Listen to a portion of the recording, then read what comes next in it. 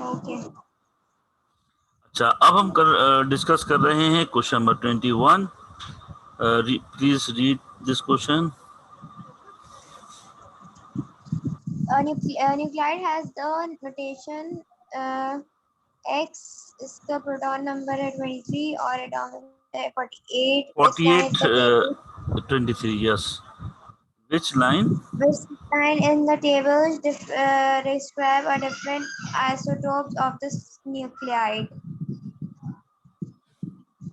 जिसका proton number So 23 means 23 will be the number of protons protons. and mass number will be 48. Mass number 48 means 48 means number of protons plus number of neutrons total, Yes. and 23 is ये proton होगा. number. Yes, proton and electron will be same. जितने 23 proton 23 electron भी होंगे, और ऊपर आपको दिया 48. 48 means आपके पास 23 इसके प्रोटॉन नंबर है, ये न्यूट्रॉन नंबर है. Yes, sir. Which line is the table describe a different isotopes? You have to find different isotopes. So different isotopes में क्या होगा? What do you think? Different isotopes So means first वाला होगा proton 23. 23 तो है, proton number will be same. What about neutron number? Nucleon number will be changed. तो 23 वाले आप देखिए ऑप्शन क्या है यहाँ पर, A, B, C, D. A, B, C, D and A में है A proton में है, number 23, and neutron number और न्यूट्रॉन नंबर जो आपके पास न्यूक्लियन नंबर वो चेंज हो गया, तो 48 की जगह 50. सही है. तो वैसे इन्होंने Yes, sir. ए पे ही डिसाइड हो जाता है, इन्होंने ऑप्शन जो दिया उसमें ए पर ही डिसाइड हो जाता है, क्योंकि प्रोटॉन नंबर रिमेन सेम, तो इसका ऑप्शन ए पे ही ये जो है क्लियर हो जाता है. ठीक है. सही. बात यही क्वेश्चन नंबर 22. रीड करें question number 22. 22. In the treatment of brain cancer, which travel in a straight line across a magnetic field? Question 22. Question 22. Gamma rays, sir. Which travels in a straight line across a magnetic field. अच्छा, आपके साथ आपकी sound के साथ अलग sound भी आ रही है, जरा उनको दूर कर दें. ठीक है, जो खेल रही हैं आपकी सिस्टम को जरा दूर कर दें, कहना जरा दूर चले जाओ, इनकी आवाजें आ रही हैं. तो अब इसमें क्या है, मैग्नेटिक फील्ड में डाइवर्ज नहीं होगी. Yes, sir. Which travels in a straight line across a magnetic field. तो आपके पास magnetic gamma field rays. Gamma rays deflect नहीं होती मैग्नेटिक फील्ड में, ना इलेक्ट्रिक फील्ड में. ठीक है, तो इस तरह ऑप्शन इसका होगा सी. ठीक है. अब आ जाइए क्वेश्चन नंबर 23. क्वेश्चन 23 पढ़िए. In the treatment of brain cancer, a patient's head is enclosed in a helmet containing a number of radioactive sources. The direction from each source is directed towards the cancer. Which nuclide is the most suitable for these sources? अब ये कह रहे हैं कि patients के head को enclose कर दिया है किससे, रेडियोएक्टिव सोर्स. और इसके बाद क्या कहा जाए, सवाल में क्या पूछा जा रहा है? सर इसमें पूछा है which nuclide is the most suitable for this source.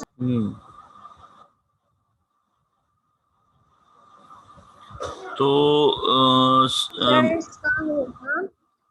क्योंकि मैं आपको ये फार डिस्टेंस से मूव कराना है ना, ठीक है जी. तो फार डिस्टेंस के लिए कौन सी रेडिएशन ज्यादा इफेक्टिव होगी, बीटा या गैमा? और लॉन्ग लाइफ होती है, हाफ लाइफ हमेशा. हाँ, तो आपके लॉन्ग डिस्टेंस तक पेनिट्रेट करने के लिए आपने यूज करनी है. और दूसरा लॉन्ग लाइफ के अंदर आपके पास जिसकी हाफ लाइफ ज्यादा हो, ज्यादा अरसे तक हो, ताकि वो बीमारी वापस ना आए. सही है. तो पहली बात तो जिसकी हाफ लाइफ ज्यादा हो, तो हाफ लाइफ सबसे ज्यादा किसकी? 36 आप देख लें तो 36 है अल्फा, लेकिन अल्फा जो है वो आपके पास शॉर्टेस्ट होती है, सही है, वो अंदर पेनिट्रेट नहीं कर पाएगी। हाफ लाइफ तो ज्यादा है 36, लेकिन 36 में वो है अल्फा। अल्फा जो है वो ज्यादा फार डिस्टेंस तक मूव नहीं कर सकती। इनसाइड आपने पेनिट्रेट करना है, वो स्कल से रुक जाएगी, जो दिमाग की स्कल्स है, स्कल से ही स्टॉप हो जाएगी अल्फा। तो आपको इसमें फिर इसके बाद नेक्स्ट नंबर है 30। तो 30 जो है वो गामा का है, तो फिर नेक्स्ट गामा ही होगा। ओके सर, क्लियर हो गया क्वेश्चन? ही यस सर। ठीक है, अब आ जाइए क्वेश्चन नंबर 24। 24 में क्या है? A nucleus of element cobalt may be represented by the symbol CO with what is the structure of this nucleus? 27 or 30. तो इसमें क्या होना चाहिए जी? अब देखें, a nucleus of the element cobalt may be represented by the symbol 5927 cobalt. What is the structure of this atom? अब आप बताएं स्ट्रक्चर में क्या होगा। अब इसको देखकर आप देखें कि क्या रिप्रेजेंट करता है आपके पास। एक तो सर प्रोटॉन नंबर है, एक न्यूक्लियॉन नंबर है। तो सर इसका, हाँ इसका सर होगा 27, तो इसका प्रोटॉन नंबर आ जाएगा, इसका न्यूट्रॉन नंबर होगा 27 में 32 होगा सर। क्या 27 प्रोटॉन नंबर, जो न्यूक्लियॉन नंबर जो टोटल है उसमें प्रोटॉन प्लस न्यूट्रॉन टोटल होते हैं, तो न्यूट्रॉन की हो जाएगा 59 में से 27 माइनस कर दीजिए, ठीक है। तो इस तरह 32 आपका नंबर ऑफ प्रोटॉन्स न्यूट्रॉन्स हो गए, ठीक है। नंबर ऑफ प्रोटॉन्स गिवन है 27, एटॉमिक नंबर कह लें या प्रोटॉन नंबर कह लें, तो आपको दिए 27, आपने टोटल प्रोटॉन और न्यूट्रॉन मिलके बनता है न्यूक्लियॉन नंबर, तो उसमें से आपने सब्ट्रैक्ट कर दिया, तो आपके पास न्यूट्रॉन नंबर आपके पास आ गया 32, ठीक है। तो बहुत सिंपल सा है। अच्छा, अब आ जाते हैं क्वेश्चन नंबर 25। क्वेश्चन नंबर 25 देखिए, पढ़िए इसको, कैसे क्या दिया हुआ question 25। The count rate from the radioactive source falls from 400 to 50 in 3.0 minutes. What is the half-life? आपको दिया था count rate from a radioactive source falls from 400 to 50, आपके पास ड्रॉप हो गया इन 3 मिनट्स। तो what is the half life? Half life क्या होगी? 3 मिनट में वो ड्रॉप हुआ 400 से 50। तो अगर हम इसको कैसे सॉल्व करेंगे बताइए, आप आइडिया दीजिए मुझे। कल मैंने आपसे डिस्कस किया था जी, लास्ट टाइम मैंने डिस्कस किया था आपको। सर 400 को 50 से पहले डिवाइड कर बिल्कुल जी। Total number of half lives आ जाएंगी, कितनी आएंगी? 400 डिवाइड बाय 50 बनता है ये 8, सही है। 8 को अगर 2 की पावर n में कन्वर्ट करें, 2 की पावर कितना बनेगा? 8, 1/2 की पावर 8, 2 की पावर 3। तो मतलब 3 हाफ लाइफ में टाइम बन रहा है आपके पास 3 मिनट, सही है। ये जो प्रोसेस हो रहा है अनडिकेड फॉर्म में 400, और 400 डिकेड होने के बाद जो लेफ्ट हो जाता है वो बनता है 50। तो हमने देखा इस ड्यूरेशन में कितनी हाफ लाइफ बनेंगी, तो हमने इसको डिवाइड किया, तो डिवाइड करके हमारे पास फॉर्मूला था 1/2 की पावर n। तो जो इसका डिवीजन में आंसर आएगा उसको 2 की पावर n में कन्वर्ट कर लिया, तो 2 की पावर n में बनता है 2 की पावर 3। जब 400 को 50 से डिवाइड किया तो ये बन रहा है 8 को हमने 2 की पावर n में कन्वर्ट कर दिया, तो बन रहा है 2 की पावर 3। यानी कि 3 हाफ लाइफ में जो टोटल टाइम बन रहा है वो बन रहा है 3 मिनट। 3 हाफ लाइफ का टाइम है 3 मिनट, तो एक हाफ लाइफ का टाइम कितना होगा? सर वापस बोलिएगा, आपकी आवाज सही नहीं आई। अच्छा देखिए, आपने दोबारा से मैं बता रहा हूँ, 400 को 50 से डिवाइड किया, ठीक है, आपके पास 8 आ गया। 8 है 2 की पावर n में कन्वर्ट किया 2 की पावर 3, 2 की पावर 3 8, और इसका मतलब 3 हाफ लाइफ का जो टाइम है वो है 3 मिनट्स। 3 हाफ लाइफ का टाइम से 3 मिनट, तो एक हाफ लाइफ का टाइम क्या होगा? 1 मिनट। 1 minute, simple. तो इस तरीके से हम एक हाफ लाइफ 1 मिनट की होगी। तो ऑप्शन में देखिए ऑप्शन बी करेक्ट होगा इसका। क्लियर हो गया क्वेश्चन? Yes sir. ठीक है, इजी है। Yes sir.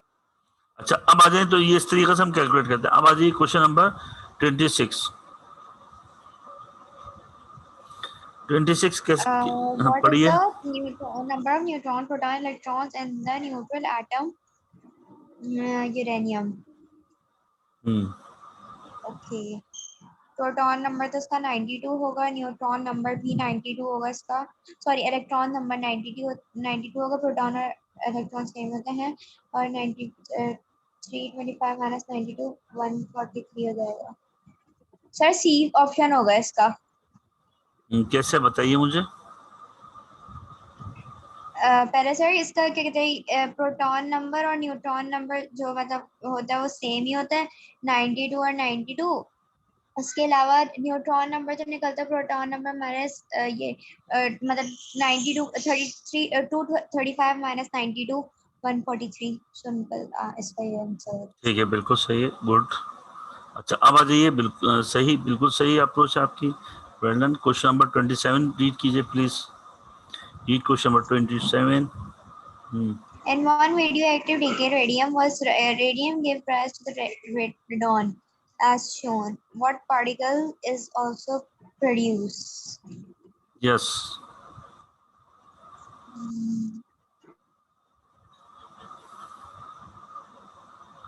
अब आप देखिए कौन सा पार्टिकल इमिट आउट हुआ इसमें से। तो आप देखिए प्रोटॉन नंबर पे क्या फर्क पड़ा और न्यूक्लियन नंबर पे क्या फर्क पड़ा।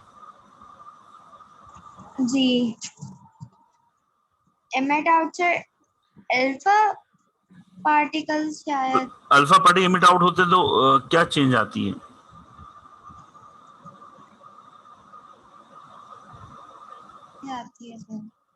तो ये नहीं पता। देखिए, जब अल्फा पार्टिकल इमिट आउट होते हैं तो प्रोटॉन में से दो प्रोटॉन में से अल्फा पार्टिकल जो है वो दो पॉजिटिव अल्फा पॉजिटिव दो प्रोटॉन कम हो जाते हैं।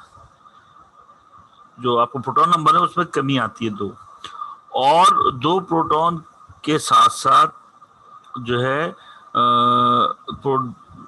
2 प्रोटॉन और जो इसका एटॉमिक न्यूक्लियर नंबर है उसमें 4 की कमी होती है। ठीक है, क्योंकि 2 प्रोटॉन के साथ 2 प्रोटॉन कम होते हैं तो 2 प्रोटॉन इमिट आउट करेंगी, तो और जो न्यूक्लियर नंबर है उसमें से 4 की कमी करेंगे। आपको अगर याद हो रिएक्शन मैंने आप लोगों को पढ़ाया होगा, आपने पढ़ा होगा कि जब प्रोटॉन नंबर में कमी करते हैं हम 2 प्रोटॉन नंबर में और न्यूट्रॉन नंबर में 4 की कमी करते हैं। ठीक है, क्योंकि अल्फा पार्टिकल अपने साथ 2 न्यूट्रॉन को भी ले जाता है।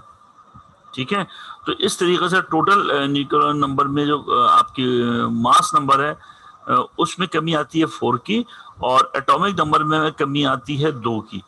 तो 86 से 88 से कम होकर 2 कितना बना? 86 हो गया, 2 कम हो गया प्रोटॉन नंबर, और 226 में से 4 कम कर दिया तो कितना बनेगा?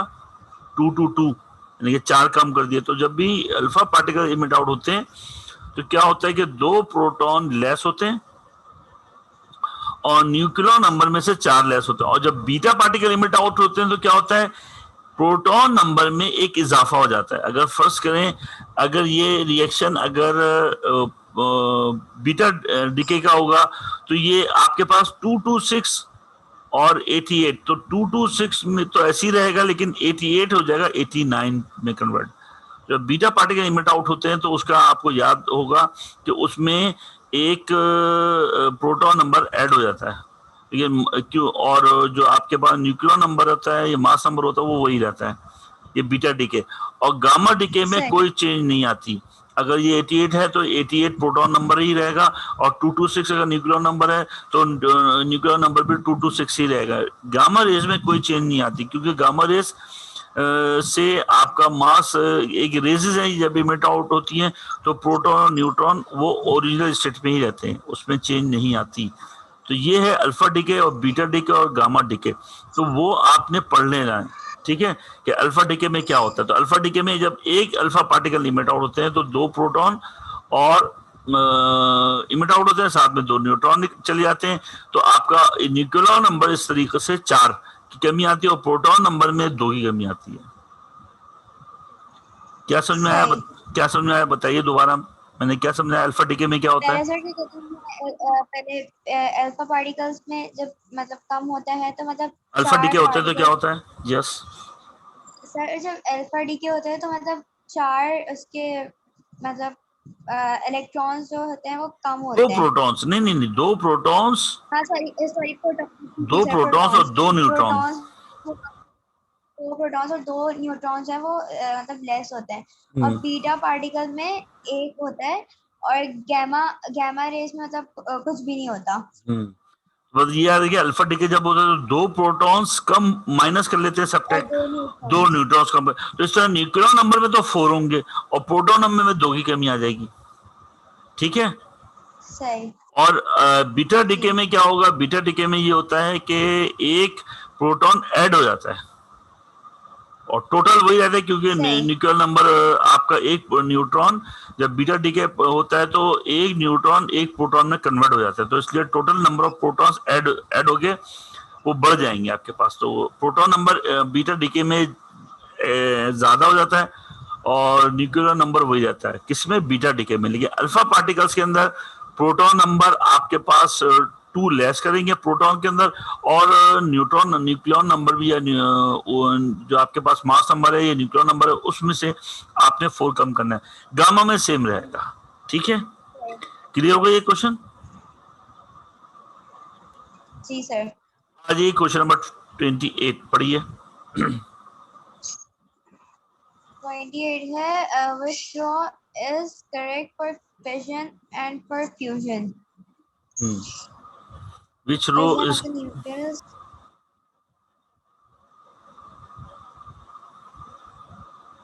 अच्छा, इस क्लास के बाद आप दोबारा ज्वाइन कर सकती हैं? कोई और क्लास तो नहीं है आपकी? कर लूंगी। दोबारा कोई और क्लास तो नहीं है इसके बाद? सर 9:15 तक है, मतलब 9:30 तक। चलिए ठीक है, मैं अभी क्लास कंटिन्यू करूंगा, उसके बाद दोबारा ज्वाइन कराऊंगा आपको। चलिए क्वेश्चन 28 पढ़ के बताइए क्या है सवाल। Which row is correct for fission and for fusion? Fission means क्या होता है? Fission means मतलब एक पेरेंट एलिमेंट का मतलब न्यूक्लियाई का डॉटर न्यूक्लियाई में ब्रेक होना। हाँ, डॉटर एलिमेंट में कन्वर्ट होना। एक हैवी मास हैवी एटम स्प्लिट होता है 2 डॉटर एलिमेंट में, तो पेरेंट एलिमेंट डिवाइड होता है, सब डिवाइड होता है 2 डॉटर एलिमेंट में। और फ्यूजन क्या है? रिकम्बिनेशन प्रोसेस होता है, ये कंबाइन होता है। सही।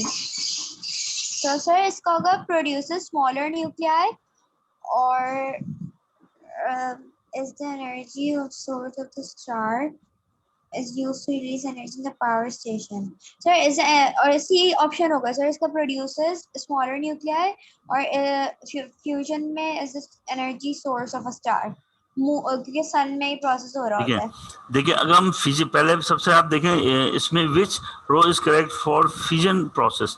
फिजन है स्प्लिट होना, प्रोड्यूस यानी कि जो हैवी एटम है स्मॉलेस्ट पार्टिकल में कन्वर्ट होता है, तो उसके लिए ऑप्शन जो है वो सी सही होगा। लेकिन अभी हमें देखें ना फ्यूजन, फ्यूजन का मीन्स रिकम्बिनेशन होता है, और ये ज्यादातर आपके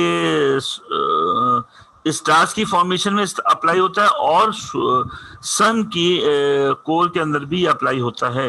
तो सन या स्टार्स के अंदर ये चीज यूज होती है, ठीक है।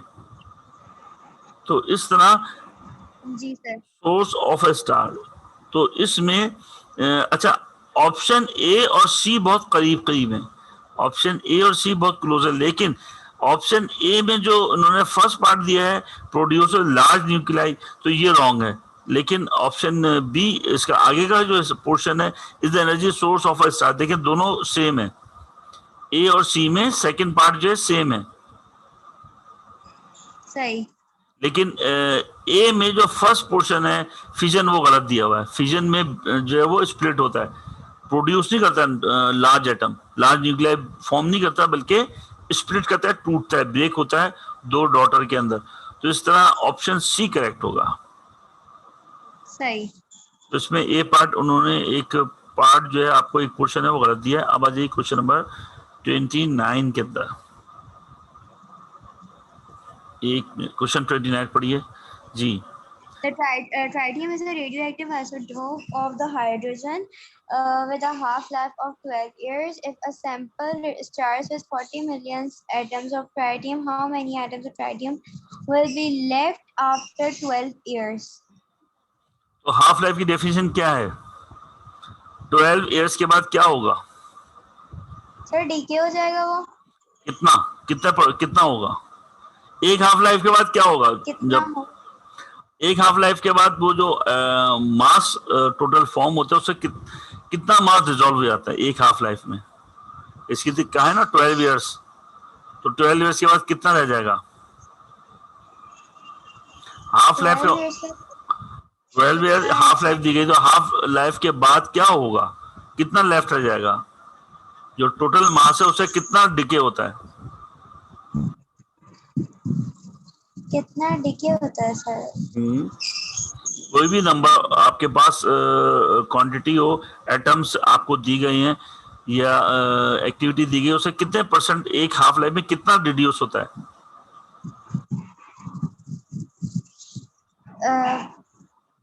सर ये नहीं पता, मतलब सब याद नहीं आ रहा है अभी। देखिए हाफ लाइफ का मतलब है वो अपना जो भी उसका अनडिकेड एटम है वो अपना 50% डिके करेगा। अगर बेशक तो 3 हाफ लाइफ है, फॉर एग्जांपल 3 हाफ लाइफ है और एक लाइफ 25 की ईयर्स की है। अब सुने समझे, अगर एक हाफ लाइफ 25 ईयर्स की है, सही है, और कह दिया कि भाई 100 एटम है टोटल, तो 100 के फर्स्ट हाफ लाइफ में वो 3 या आपके पास 4 हाफ लाइफ दे दी गई, तो उस हिसाब से फिर वो 21st हाफ लाइफ में वो 100 से, अगर सपोज आपके पास 100 टोटल एटम दिए गए और कहा जाता है हाफ लाइफ 50 ईयर्स है, हाफ लाइफ 50 ईयर्स है, तो 50 ईयर्स में वो अपने 100 का हाफ होके 50 बन जाएगा, फिर नेक्स्ट 50 में वो खत्म हो जाएगा। तो अगर एक हाफ लाइफ है तो 100 की एक हाफ लाइफ है तो 100 के बाद डायरेक्ट खत्म हो जाएगा। लेकिन अगर 2 हाफ लाइफ है 100 से फिर 50 पे जाएगा और 50 के बाद डिसॉल्व होगा। इसी तरह अगर कहा जाए 25 ईयर्स के साथ हो तो 100 से 75 पे, 75 से 50 और 50 से 25, तो इस तरह से सब डिवाइड होता चला जाएगा। तो ये डिपेंड करता है हाफ लाइफ। तो अब यहाँ कहा गया है कि फर्स्ट हाफ लाइफ 12 ईयर्स के ऊपर क्या होगा, तो ट्रिटियम की हाफ लाइफ 12 ईयर्स है, तो 12 ईयर्स के बाद उसका 50% रिड्यूस हो जाएगा। तो सर इसमें है एक sample starts with 40 million atoms of tritium, how many atoms of tritium will be left after 12 years? तो फर्स्ट 20 मिलियन हो जाएगा 40 तो उसका हाफ जो है 40 का हाफ कितना होगा 20 मिलियंस, तो बाकी रह जाएगा 20 मिलियंस, नेक्स्ट हाफ लाइफ तो खत्म हो जाएगा। तो जब भी हाफ लाइफ होती है वो अपने एटम जो होते हैं वो उसका 50% डिके होता है, ये रूल है हाफ लाइफ का, ठीक है। जो भी हाफ लाइफ होती है उसके बाद 50% आपको रिड्यूस हो जाता है, ठीक है, क्लियर कोई बात? अच्छा आप आ जाइए नेक्स्ट क्वेश्चन नंबर 30 पढ़ी रीड कीजिए। जी सर एक minute. radioactive nuclei uranium decay into thorium by emitting an alpha particle. What is the symbol for protactinium?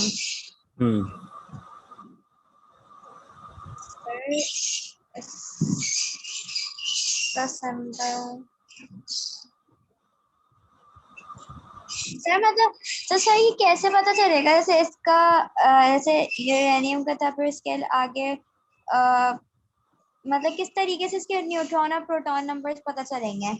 देखिए अब यहाँ पे उन्होंने सवाल बहुत जबरदस्त दिया। उन्होंने कहा है अ रेडियो एक्टिव न्यूक्लियोटाइड 238 और 92 प्रोटॉन नंबर है, सही है, decays into thorium by emitting an alpha particles. पहले उसने अल्फा पार्टिकल इमिट किए, फिर उसके बाद बीटा पार्टिकल्स। पहले उसमें से अल्फा निकले, अल्फा निकलेंगे तो क्या होगा, अल्फा निकलेंगे तो पहले आप सवाल को दो हिस्सों में कन्वर्ट कर दिया। पहले उसने अल्फा इसमें डिडक्ट करवाया, फिर बीटा पार्टिकल, सही है, दो हो रहे हैं, पहले अल्फा पार्टिकल और नेक्स्ट स्लाइड भी कहा, क्या कहा, थोरियम जो है वो कन्वर्ट हो गया आपके पास बीटा पार्टिकल्स। तो इसमें सेकंड में बीटा पार्टिकल, पहले अब अल्फा पार्टिकल डिके होगा तो ये क्या होगा, इसके अंदर चेंज क्या आएगी, पहले ये बताइए। 92 से क्या हो जाएगा, अल्फा पार्टिकल मैंने ऊपर समझाया था, अल्फा डिके होता है तो क्या होता है, प्रोटॉन नंबर में एक प्रोटॉन नंबर उसका जाता है। नहीं, आप भूल रही हैं, प्रोटॉन अल्फा पार्टिकल जब डिके होता है तो दो प्रोटॉन और 2 न्यूट्रॉन इमिट आउट होते हैं। यही मैंने अभी ऊपर बार बार समझाया था, जब अल्फा पार्टिकल डिके करते हैं तो 2 प्रोटॉन और 2 न्यूट्रॉन माइनस करेंगे, तो 2 प्रोटॉन के माइनस करने से ये हो जाएगा 92 से क्या हो जाएगा 90। लेकिन न्यूक्लियॉन नंबर में या मास नंबर में 2 प्रोटॉन 2 न्यूट्रॉन का मतलब है 4 माइनस करेंगे आप। मास नंबर दोनों होंगे ना, 2 प्रोटॉन 2 न्यूट्रॉन मिलके कितने हो गए 4, तो ऊपर आपके पास जो मास नंबर गिवन है उसमें 4 का मतलब ये हो जाएगा 234। तो ये तो आपने कर दिया अल्फा, सही है, तो अल्फा में आ गया 234 और 90, सही है, अल्फा क्लियर ना इसका, तो फिर बीटा पार्टिकल क्या करें तो? नहीं अभी सुने, अभी अल्फा तक तो बात समझ में आ रही है ना, अभी बीटा पे नहीं जा रहे हम, अल्फा पर जा रहे हैं। अल्फा की हमने बात की तो अल्फा के लिए ये 90 आ गया नीचे और ऊपर आ गया 234, सही, यहां तक क्लियर हो गई बात? जी सर। बीटा माइनस कर रहे हैं, तो बीटा जब माइनस कर रहे हैं तो आपको बताया था प्रोटॉन नंबर में एक ऐड हो जाता है, सही। बीटा डिके में प्रोटॉन में एक ऐड हो गया, लेकिन न्यूक्लियॉन नंबर के अंदर कोई चेंज नहीं आती। क्यों नहीं चेंज आती कि एक न्यूट्रॉन एक प्रोटॉन में कन्वर्ट हो जाता है, एक न्यूट्रॉन एक प्रोटॉन में कन्वर्ट हो गया तो प्रोटॉन नंबर में इजीली इजाफा हो गया। तो 90 से हमारे पास कितना था, पहले कितना था 90, जब अल्फा डिके किया तो हमारे पास कितना था प्रोटॉन नंबर 90, उसमें एक ऐड कर दिया, हो गया 91। लेकिन न्यूक्लियॉन नंबर हमारे पास पहले ऊपर कितना था 234, वो वही रहेगा, जो पहले 234 था वो वही रहेगा। तो इस बात को दोबारा समझिए, देखो इसमें हो रहा है एक अल्फा पार्टिकल, एक अल्फा पहले पार्टिकल जब रिड्यूस होगा तो अल्फा डिके में जो प्रोटॉन नंबर उसमें से 2 कम कर लीजिए, कितना हो जाएगा 90, ठीक है जी। और न्यूक्लियॉन नंबर में आपके पास 2 प्रोटॉन 2 न्यूट्रॉन कम करने से ये हो जाएगा 234, सही है। जब ये कंप्लीट हो गया, अब आपने क्या करा, बीटा डिके, इसके नेक्स्ट स्टेप में आपने प्रोटॉन नंबर में एक ऐड कर लिया, तो 90 में एक ऐड कर दिया तो कितना हो जाएगा 91, 90 में एक ऐड कर दिया 91, और इसका जो न्यूक्लियर नंबर हमारे पास है 234, उसमें कोई चेंज नहीं आएगी क्योंकि एक न्यूट्रॉन एक प्रोटॉन में कन्वर्ट हो गया, इसलिए मास नंबर में कोई चेंज नहीं आएगी, वो वही रहेगा। तो हमारे पास जो 234 था वो वही रहेगा, क्लियर है बात? जी सर। तो इसका ऑप्शन कौन सा सही होगा इसमें? ऑप्शन सर इसका डी सही होगा, क्योंकि 234 हो जाएगा 91। बिल्कुल सही है, ऑप्शन डी सही होगा, बिल्कुल सही तो इसका ऑप्शन डी इसका करेक्ट होगा। क्लियर हो गया अच्छी तरह सवाल? जी सर। कंफ्यूजन तो नहीं है? अगर कंफ्यूजन है तो दोबारा पूछ लीजिए। नो सर, कंफ्यूजन नहीं है। ये आप अल्फा डिके और बीटा डिके और गामा डिके को दोबारा से पढ़ लीजिएगा, आपके यहाँ मुझे कॉन्सेप्ट थोड़ा सा। गामा डिके में तो सर गामा डिके में तो मतलब कुछ भी नहीं होता ना, वो सेम रहता है, गामा डिके में कुछ नहीं होगा, गामा डिके में प्रोटॉन नंबर भी वही रहता है और न्यूट्रॉन नंबर भी वही रहता है, नो चेंज। जो बिफोर डिके वही आफ्टर डिके होगा, नो चेंज। सिर्फ अल्फा में ये होता है प्रोटॉन में से 2 कम करने और मास नंबर में से 4 कम करने, और बीटा में मास नंबर वही रहेगा, मास नंबर वही रहेगा, लेकिन एटॉमिक नंबर में से आपने एक ऐड करना होता है बीटा डिके में। ये जरा सा आपने याद रखनी है सीक्वेंस, ठीक है। ये सिंपल मैथमेटिक्स है, सिंपली ये मैथमेटिक्स का हिसाब किताब आपने याद रखना है, ठीक है। अच्छा, अब 31 अभी हम दोबारा ज्वाइन करते हैं, आप मुझे 5 मिनट बाद दोबारा ज्वाइन कर लीजिए, ठीक है। आप 31 से अभी स्टार्ट करते हैं, थोड़ा सा ब्रेक ले रहे हैं, 5 मिनट के बाद दोबारा ज्वाइन करते हैं।